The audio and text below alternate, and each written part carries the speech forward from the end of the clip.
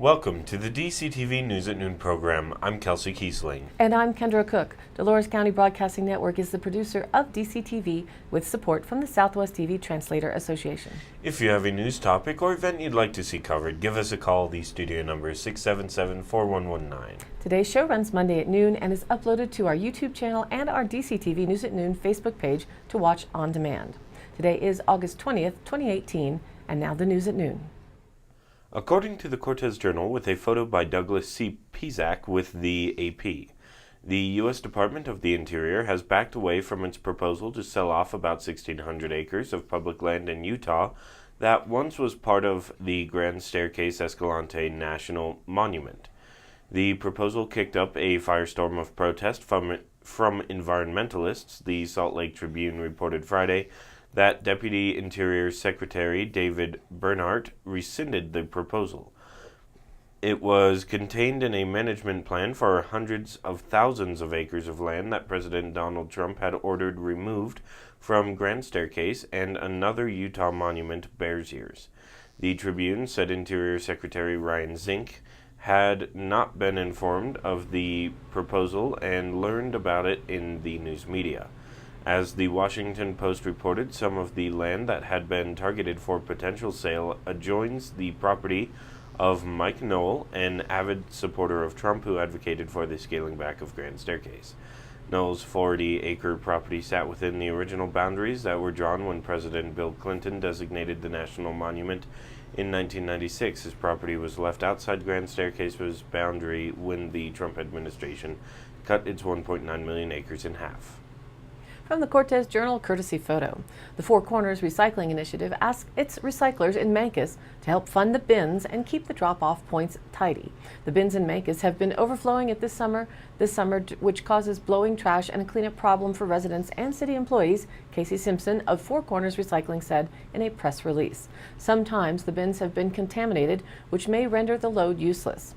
Four Corners Recycling would like to ask all those who recycle to do so thoughtfully so that there is limited contamination and to not leave recyclables outside of the bins if they are full, the press release said.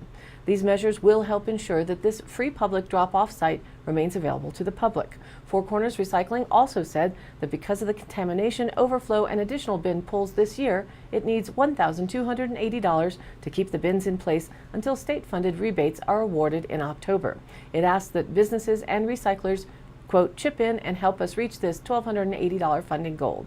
Checks may be made to recyclables at P.O. Box 1538, Cortez, Colorado 81321. According to the Durango Herald, 1 out of every 7 babies born to U.S. mothers who were infected with Zika during pregnancy developed some kind of health problem, according to the first long-term look at those children.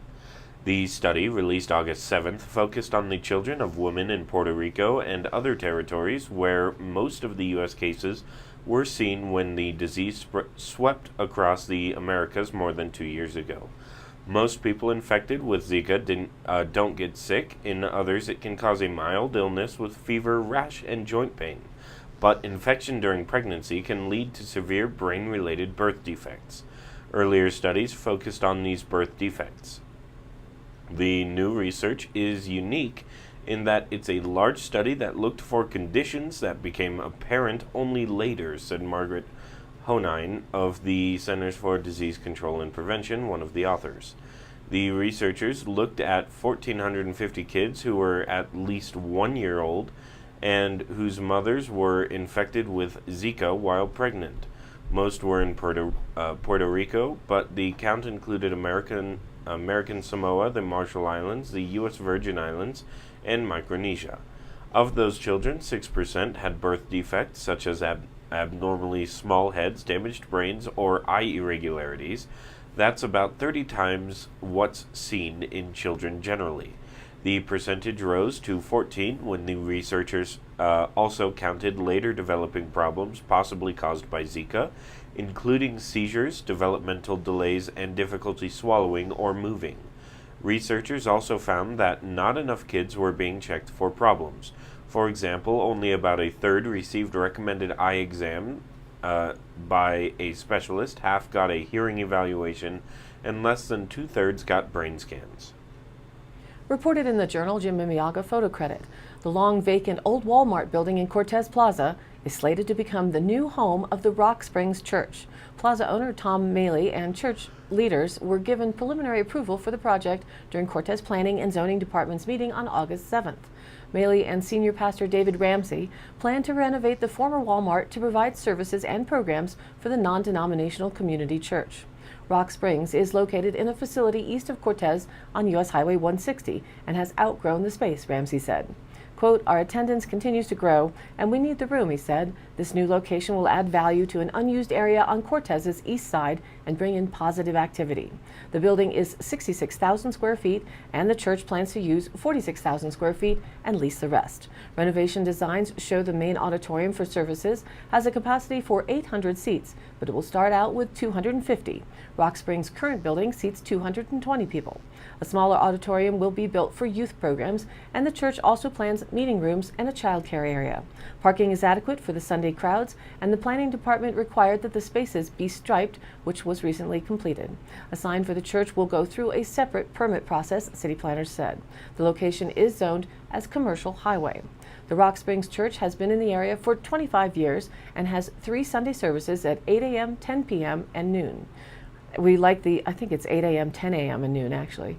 We like the visibility and the convenience of the new location, and it allows us room to expand, Ramsey said. We have a lot of positive programs and activities happening all week.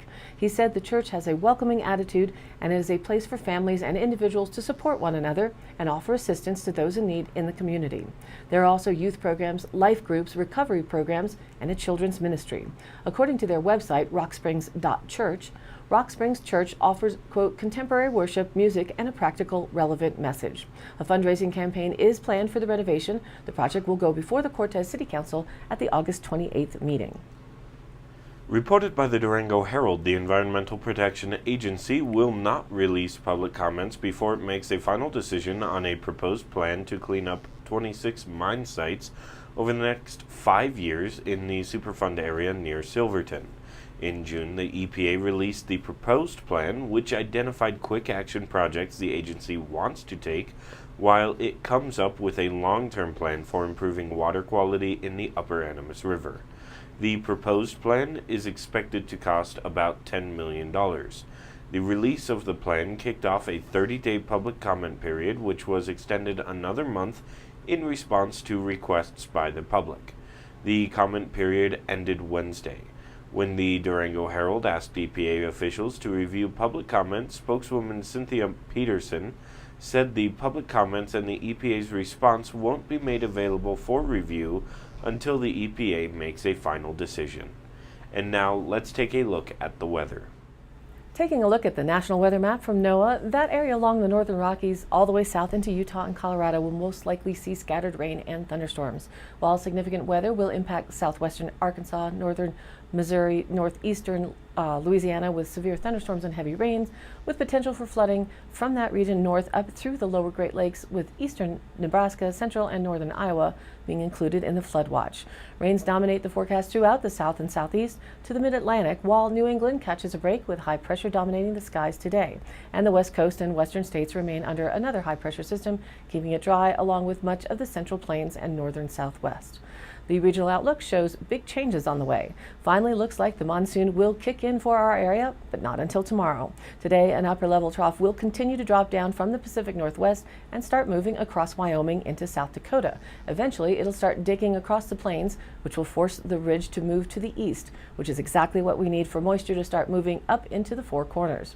So Tuesday is the day we're watching possibly upwards of 1.5 inches for the Four Corners, looking at a timing between 6 p.m. and 9 p.m. on Tuesday. So the hazardous outlook states a few showers will move over the eastern Uintas this afternoon, as well as the Colorado and Utah border. Outside of that, plenty of smoke will be seen across the area.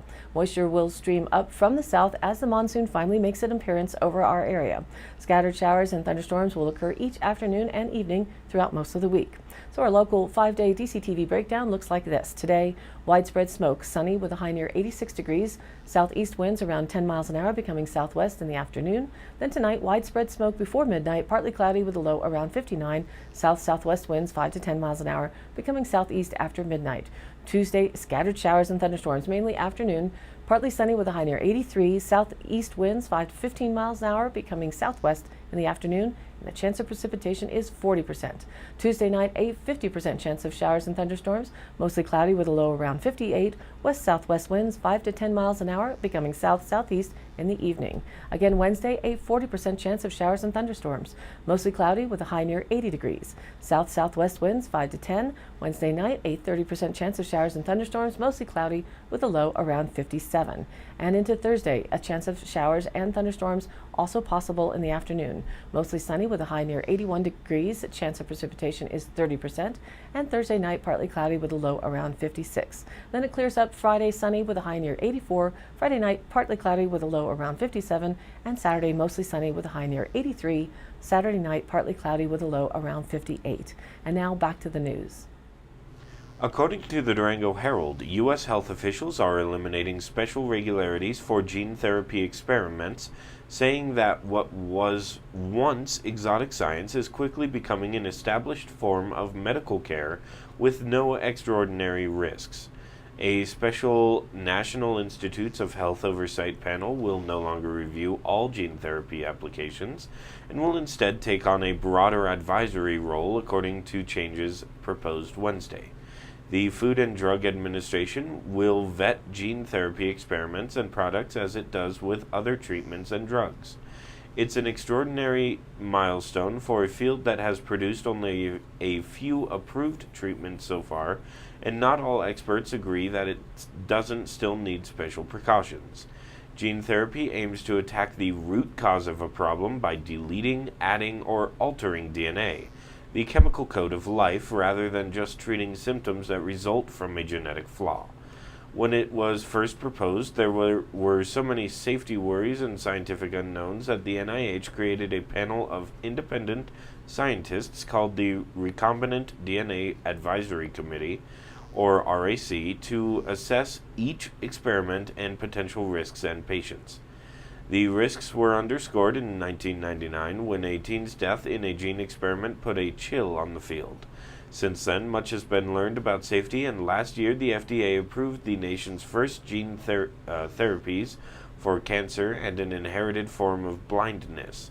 It's time to let the FDA review gene therapy proposals on its own without duplicating regulatory efforts, the NIH's director, Dr. Francis Collins, and FDA chief, Dr. Scott Gottlieb, wrote Wednesday in the New England Journal of Medicine. The proposed changes will go into effect after a public comment period. Reported in the Journal, Colorado's only statewide general interest magazine can't seem to get enough of Cortez and Montezuma County. Photo Credit Journal. Half of Colorado Life magazine's 2018 issues have featured or will feature major articles from the Cortez area, said Colorado Life editor Matt Masich, partly because he and the publication's writers and photographers look for any excuse to return to the Four Corners region. When you visit Colorado towns for a living, you find that each place has its idiosyncrasies, but you also notice a lot of similarities between towns, Masick said in a press release. And then there's Cortez, which I find fascinating because it's so uniquely itself and so unlike any other place I've been to in Colorado. From my perspective as a storyteller, Montezuma County is basically a goldmine of great stories waiting to be shared with a statewide audience. Last year, after Colorado Life ran a small article on Cortez's Kelly Place bed and breakfast, he received a letter from a couple in Morrison who said the story inspired them to move to Cortez. Encouraged by the positive reception, Colorado Life featured the Four Corners Monument in its May-June issue.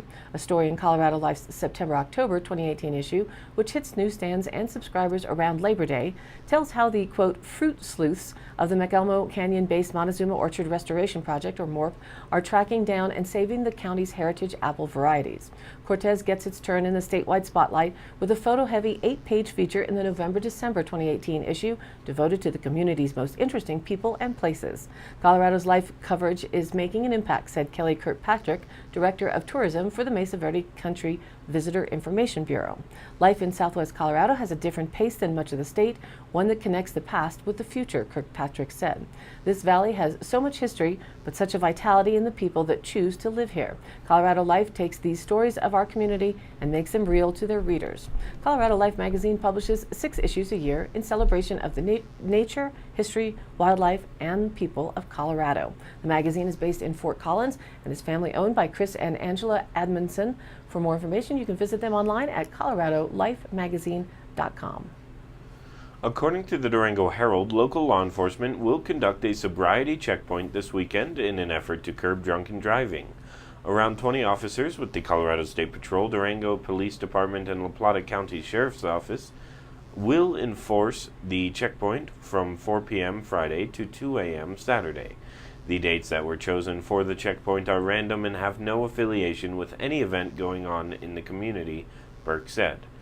The weekend was the best weekend for all three agencies to schedule deputies.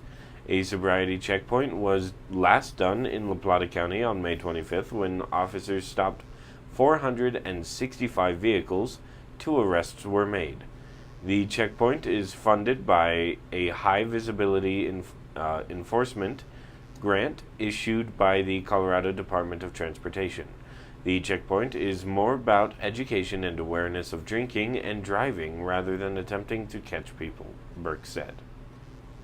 DCTV coverage of the second annual Hometown Superheroes Roundup, coordinated by the Dove Creek Community Health Clinic. This second-year event was a great success. Photo credit Kendra Cook. Having rounded up local nonprofits and agencies that provide needed augmented services to the greater Dove Creek area, the event was held in the Grassy Park area of Weber Park in Dove Creek on Friday, August 17th. On Patient Appreciation Day, the Community Health Clinic was the lead on this event, coordinating the door prizes of a $40 Fiesta Theaters Family Pass, courtesy of Dr. Justin Posner, and a $50 Empire Electric coupon, thanks to Frosty's Liquor and Quality Compression Services. Each booth offered a free drawing ticket along with a free kids game with prizes. Games ranged from washers to cornhole, beanbag target to superheroes plunkers, with a favorite being the bolo toss and the football throw. Running from 3 p.m. till 7, there was a consistent flow of residents of all ages who came out to enjoy a part of the afternoon, mingling with friends and enjoying a community barbecue, thanks to the help of the Dove Creek Volunteer Fire Department, who cooked up the burgers and hot dogs. The Community Voice helped to supply the food and was asking for responses to their personal asset mapping survey in a goal to find out some demographics on the makeup of our citizenry. The Dove Creek Chamber of Commerce hosted the DJ music throughout the event and held a kids game promoting the photo contest for the 2019 Dolores County calendar, whose deadline is September 1st. Send in your photos to greaterdcchamber@yahoo.com. The ambulance service was on hand with their new truck on display, and the fantastic local nonprofits with booths included The Rock, reaching out to community and kids, who also were hosting the free movie night later that evening at the football field, Stud, the Town of Dove Creek Rec Department, our Senior Services, Social Services, and the Pinion Project and Team Up. The Dove Creek Press was also represented and will have more coverage in this week's newspaper, featuring how the Dolores County Zero Waste Project is developing recycling at public events to continue the conversation on aiming for zero waste. Hopefully this type of event will draw attention to the services provided by all of our local, quote, superheroes who arduously work with hundreds of volunteer hours each year to augment the Dolores County community quality of life. For more information on the Dove Creek Community Health Clinic, go online to dovecreekclinic.org. Reported by the Cortez Journal, Animas Surgical Hospital's problem would make many businesses envious. It's growing so fast it needs a 73,125 square foot expansion. A secondary building and ambulatory surgical center is in the works, currently going through the city's approval process, with a final plan being set to go before the Durango City Council on Tuesday. ASH, a for-profit surgical hospital center, plans to consolidate most of its outpatient services and add space for a surgical facility in a new 3-story building. In addition, the building will contain space for additional leased medical offices and a retail pharmacy. Cost estimates for the new building have not been released. Eye surgery and ear, nose, and throat procedures would be moved to the new building, allowing for modifications of the existing ASH facility to improve efficiency. Morales said it is too early to determine how many new employees will be hired, and employees will likely work in both buildings. ASH currently has a 3-to-1 patient-nurse ratio. Today's High Canyon Country happenings. Thursday, August 23rd is the last time of the season to enjoy an evening of Native American singing and dances by the Ute Mountain Ute Red Sky Drum Group from Toyac, Colorado. The program takes place at 7 p.m. at the Moorfield Campground Amphitheater. The campground is just 4 miles beyond the park entrance. Turn right into the campground and follow the road until it ends at the amphitheater parking lot. And this Saturday, August 25th, it's the Dove Creek Rat Rod Car Show at the State Line Bar and Grill. Registration starts at 9 a.m. Join them for live music, awesome cars, trucks, bikes, and of course, some very cool rat rods. They have door prizes all day long, great food and drink specials, live music starting at noon by the Ray Young Band. Registration starts at 9 a.m. and ends at 1, and then stay on into the evening with DJ Plus Ultra cranking tunes and flashing lights on the patio. Call for more information at 970-677-2649. Or August 26th, the Volunteer Trail Workday runs from 9 a.m. to 2 p.m. Meet at the Cross Mountain Trailhead about 2 miles south of Lizard Head Pass on Highway 145 mile marker 67.5 for some work on the Groundhog Stalk Trail. They ask that you please do not wear shorts or open-toed shoes. Tools, hard hats, and gloves will be provided, but if you have your own, bring them. After working, they'll regroup at the Enterprise Bar and Grill for some refreshments. Any questions, contact the Rico Trails Alliance online at ricotrailsalliance.org. And all of these happenings are posted on our DCTV News at Noon Facebook page, along with the YouTube replays, weather and original stories, and local posts. To share your event or information, contact us by email dcbnnews@gmail.com or call the station 970-677-4119. Thanks for tuning in. News at Noon airs at noon Monday through Thursday and then is available online on our YouTube channel and our DCTV News at Noon Facebook page on demand. Be sure to like us there on Facebook and join in on the news in our area, and of course, please share it with a friend. For Kendra Cook with DCTV and the News at Noon program out of Dove Creek, USA, I'm Kelsey Kiesling. Thanks for watching.